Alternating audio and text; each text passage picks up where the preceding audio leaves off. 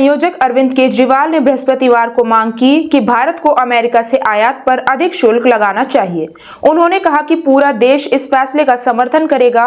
केजरीवाल ने प्रेस वार्ता को संबोधित करते हुए आरोप लगाया कि भारतीय जनता पार्टी के नेतृत्व वाली केंद्र सरकार ने अमेरिका से आयातित कपास पर 11% शुल्क माफ करने का फैसला किया है, जिससे यहाँ के स्थानीय किसानों का कारोबार प्रभावित हो सकता है। इस संबंध में केंद्र सरकार की ओर से तत्काल कोई प्रतिक्रिया नहीं आई है। आप प्रमुख ने कहा कि प्रधानमंत्री नरेंद्र मोदी का यह फैसला भारत के किसानों के लिए नुकसानदेह साबित हो सकता है।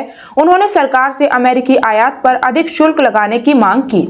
उन्होंने कहा, अन्य देश झुके नहीं, उन्होंने अधिक शुल्क लगाए, हमें भी अधिक शुल्क लगाने चाहिए। अगर अमेरिका 50% शुल्क लगा रहा है तो हमें इसे दोगुना करके 100% कर देना चाहिए।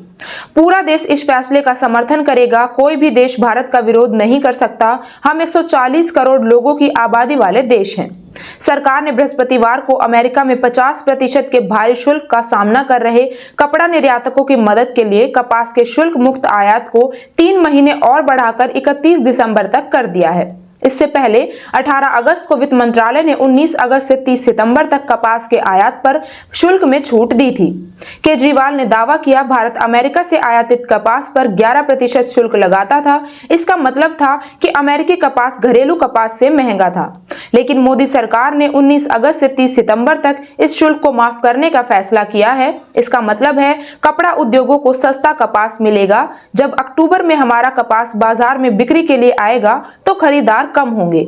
उन्होंने कहा, इस फैसले से तेलंगाना, पंजाब, विदर्भ और गुजरात के किसान सबसे अधिक प्रभावित होंगे।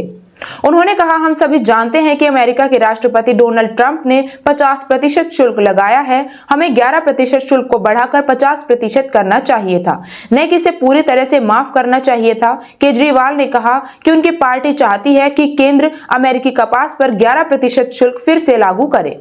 आप प्रमुख ने कहा, 7 सितंबर को आप इस मुद्दे पर गुजरात के चोटिला में एक विशाल जनसभा करेगी।